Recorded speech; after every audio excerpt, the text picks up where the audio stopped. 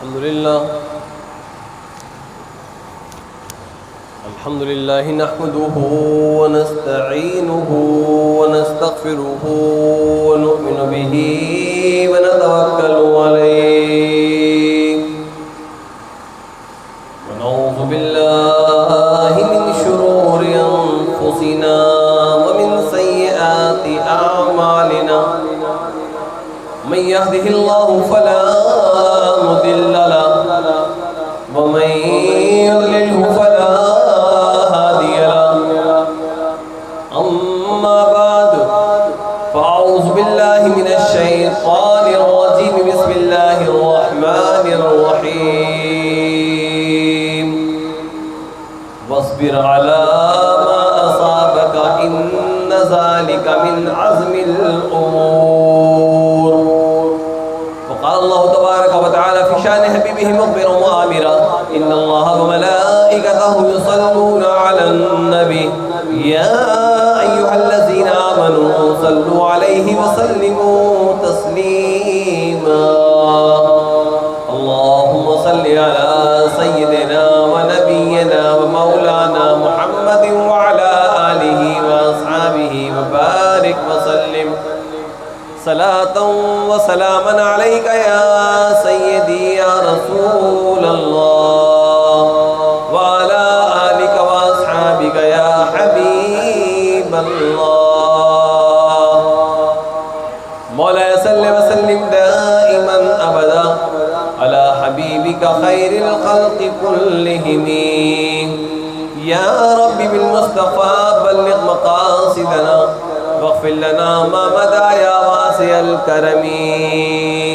فاق النبيين في خلق وفي خلق ولم يدانه في علم ولا كرم.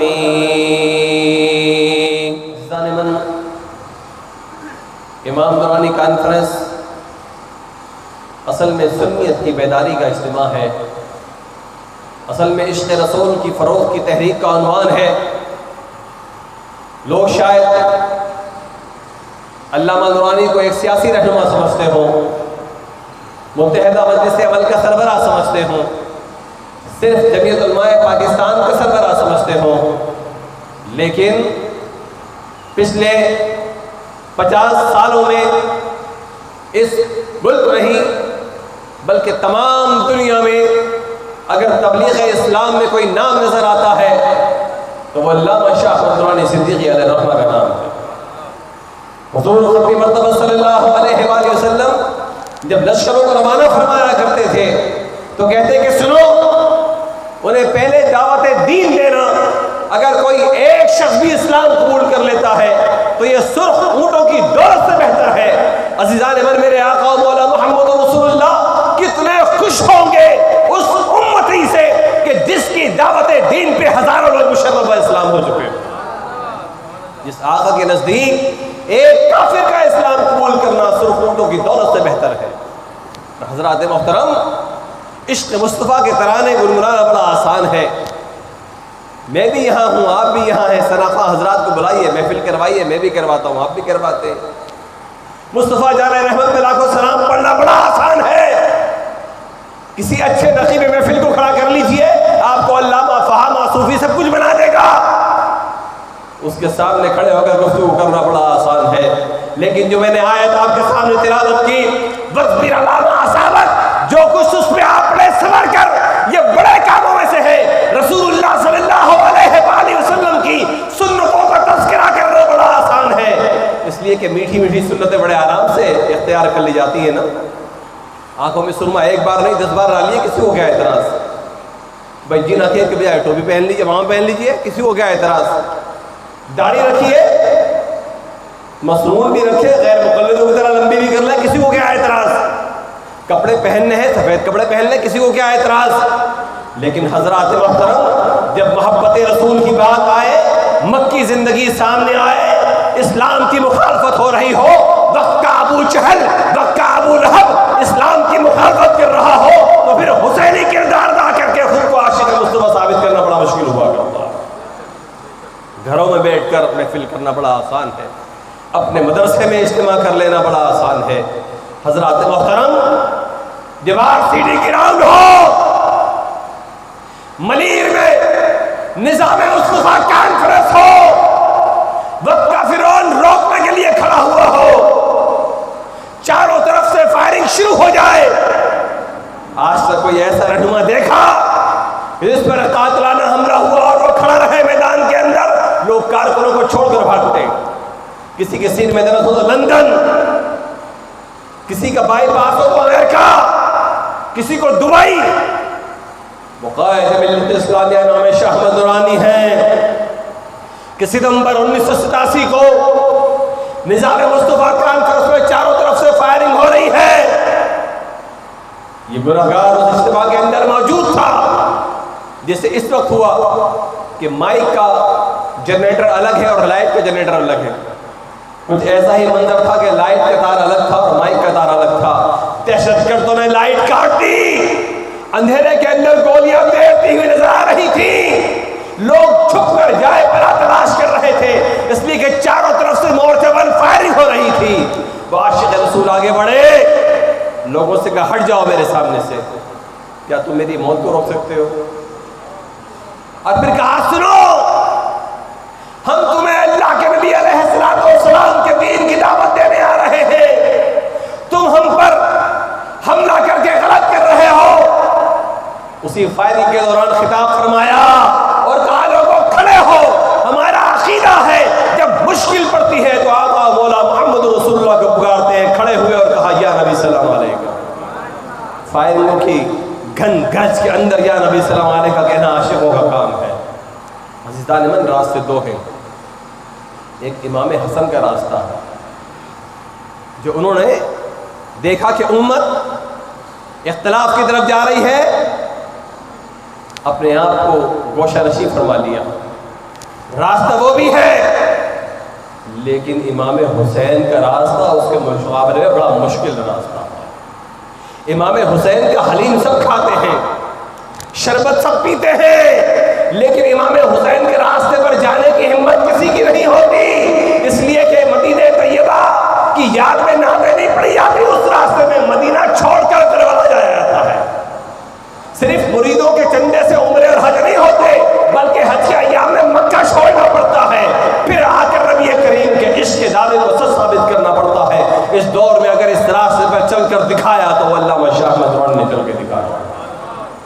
مدینہ طیبہ تو آپ کی سسرال ہے، قطب مدینہ کا گھر آپ کی سسرال ہے، لیکن جب نبی کریم صلی اللہ علیہ وآلہ وسلم کے دین کو بچانے کا وقت آیا تو سنت حسین پہ عمل کرتے ہوئے مدینہ طیبہ چھوڑ کر پاکستان آئے، میدان سیاست میں اترے، اسمبلی کے اندر پہنچے اور للکارا سنو، جو حضور اکرم صلی اللہ علیہ وآلہ وسلم کے بعد کسی کو نبی کہتا ہے ہم اسے کافر قرار دلوا کر دم لیں گے۔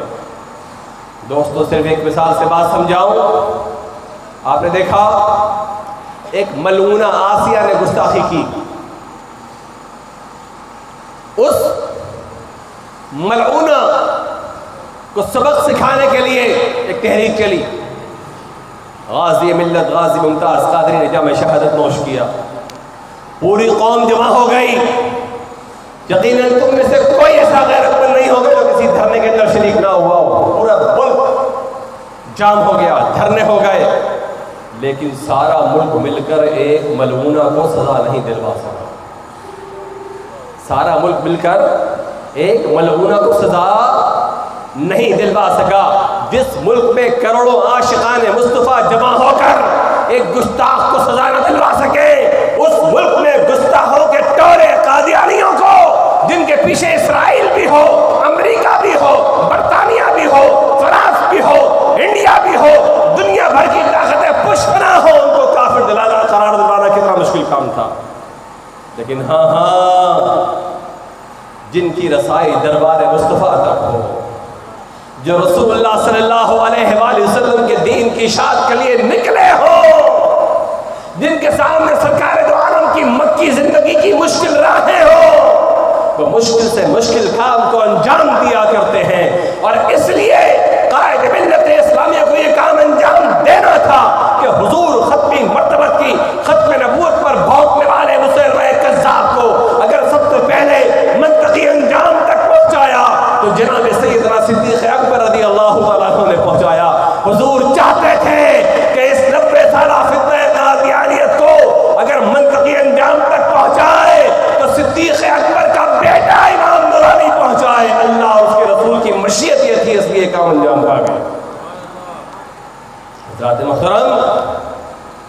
حضرت پیر مہر علی شاہ کوڑا شریف فرمایا کرتے تھے کہ جو اللہ کے نبی کے عقیدہ ختم نبوت کے تحفظ کا کام کرتا ہے اس کی پشت پر سرکار مدینہ صلی اللہ علیہ وآلہ وسلم کا ہاتھ ہوا کرتا ہے۔ اس میدان میں نکلنے والے بے سر و سامان نہیں ہوتے، لوگ کسی کج فہمی میں نہ رہیں، خام خیالی میں نہ رہیں، وہ میدان میں آ کر للکارنے والے بے آسرا نہیں ہوا کرتے، انہیں رسول اللہ صلی اللہ علیہ وآلہ وسلم کی روحانی مدد حاصل ہوتی ہے۔ اور اس کا عملی ثبوت یہ کہ جب عاشق رسول علامہ ابو داؤد محمد صادق رحمۃ اللہ تعالیٰ علیہ گجرانوالہ کی جو عظیم شخصیت، اب تو لوگ ذرا ماڈرن سنی ہو گئے نا، آپ کو یاد ہوگا مسجدوں میں بڑے بڑے قد آدم پوسٹر چھپا کرتے تھے، حی علی الصلاۃ پہ کھڑے ہونے کا حکم، انگوٹھے چومنے کا حکم، سلام پڑھنے کا حکم، اذان سے پہلے صلاۃ پڑھنے، وہ سارے کے سارے گجرانوالہ سے شائع ہوا کرتے تھے۔ علامہ ابو داؤد محمد صادق اسے شائع کروایا کرتے تھے۔ انہوں نے کہا نورانی میاں آئے ذرا گجرانوالہ تشریف لائے۔ حضرت روانہ ہوئے، لاہور ایئرپورٹ پہ اترے، لاہور ایئرپورٹ پر غنڈوں نے گھیر لیا۔ جب کوئی حکومت کو للکارتا ہے، جب کوئی اللہ کے نبی کے دشمنوں کو للکارتا ہے، وہ سمجھتے ہیں کہ ایک فرد ہے، اسے مارو، اسے ختم کر دو، آواز کو بند کر دو۔ غنڈوں نے گھیر لیا، حملہ کیا اور جناب قائد ملت اسلامیہ کے امامہ شریف کو تار تار کر دیا۔ بدماشی کا حال یہ تھا کہ حضرت بڑے دل گرفتہ ہوئے اور کراچی واپس آ گئے۔ رات کو علامہ ابو داؤد محمد صادق اور کئی حضوری علماء نے، حضوری عالم وہ ہوتا ہے جسے سرور کائنات کی زیارت ہوا کرتی ہے اور بار بار زیارت ہوا کرتی ہے، کئی حضوری علماء نے دیکھا اور یہ بیان کیا کہ رات سرور دو عالم صلی اللہ علیہ وآلہ وسلم کی محفل سجی ہوئی، حضور ختم مرتبہ اپنی تمام تر جلوہ سامانیوں کے ساتھ تشریف فرما ہیں، خلفائے راشدین تشریف فرما ہیں، صحابہ کرام تشریف فرما ہیں، امت کے اکابرین تشریف فرما ہیں، اور ایک گوشے میں علامہ شاہ احمد نورانی بھی بیٹھے ہوئے۔ یہ رسائی جمعیت علماء پاکستان کی اس شہر کراچی تک نہیں ہے، اسلام آباد تک نہیں ہے، افریقہ میں تبلیغ، یہ رسائی دربار مصطفیٰ تک ہے، اس لیے خوشبو سارے زمانے میں پھیلتی چلی جا رہی ہے۔ تشریف فرما ہے اور اچانک آپ کا امامہ شریف گر کے گود میں آ گیا۔ حضور قائد ملت اسلامیہ مسترب ہے کہ امامہ شریف اٹھایا جائے تو کچھ ہل جل ہوگی، حرکت ہوگی، کیا سرکار دو عالم کی بارگاہ میں حرکت کی جائے یا امامہ نہ اٹھایا جائے تو سرکار کی بارگاہ میں بے ادبی ہے، یہ بھی ننگے سر بیٹھنا۔ ابھی اسی اضطراب میں ہے کہ حضور ختم مرتبہ مسکرائے، کہا آگے آئیے، اور اپنے ہاتھوں سے امامہ اٹھایا اور حضور قائد ملت اسلامیہ کے سر پہ رکھ دیا۔ اب معلوم ہوا کہ علماء حق جب میدان میں نکلتے ہیں تو رسول اللہ کی مدد حاصل ہوتی ہے۔ جس امامے کو، جس پگڑی کو، جس دستار کو امام ملت کے سر پر حضور دو عالم رکھ دیں، دنیا کی کیا طاقت کہ وہ دستار چھین لے اور اس شخص کی مخالفت کر سکے۔ یہ حضور کا فیض ہے۔ لوگوں، جمعیت علماء پاکستان بھی اللہ کے نبی کی محبتوں کا فیض ہے۔ ابھی حال ہی میں اندرون سندھ کی ایک عرفانہ ملا نامی خبیث نے کہا کہ ختم نبوت کا قانون کالا قانون ہے، وہی جملہ جو ملعون سلمان تاثیر نے کہا تھا۔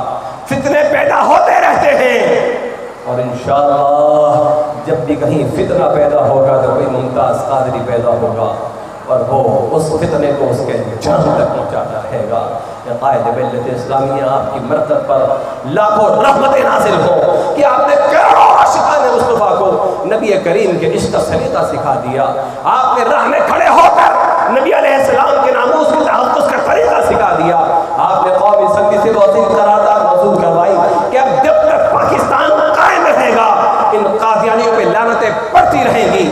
آپ نے عشق مصطفیٰ کی وہ گھٹی پھیلا دی کہ نسل در نسل یہ چلتی رہے گی اور فیض مصطفیٰ فیض نورانی کی شکل میں عام ہوتا رہے گا۔ اللہ تبارک و تعالیٰ ان کی مرکز پر رحمتوں کی بارش نازل فرمائے۔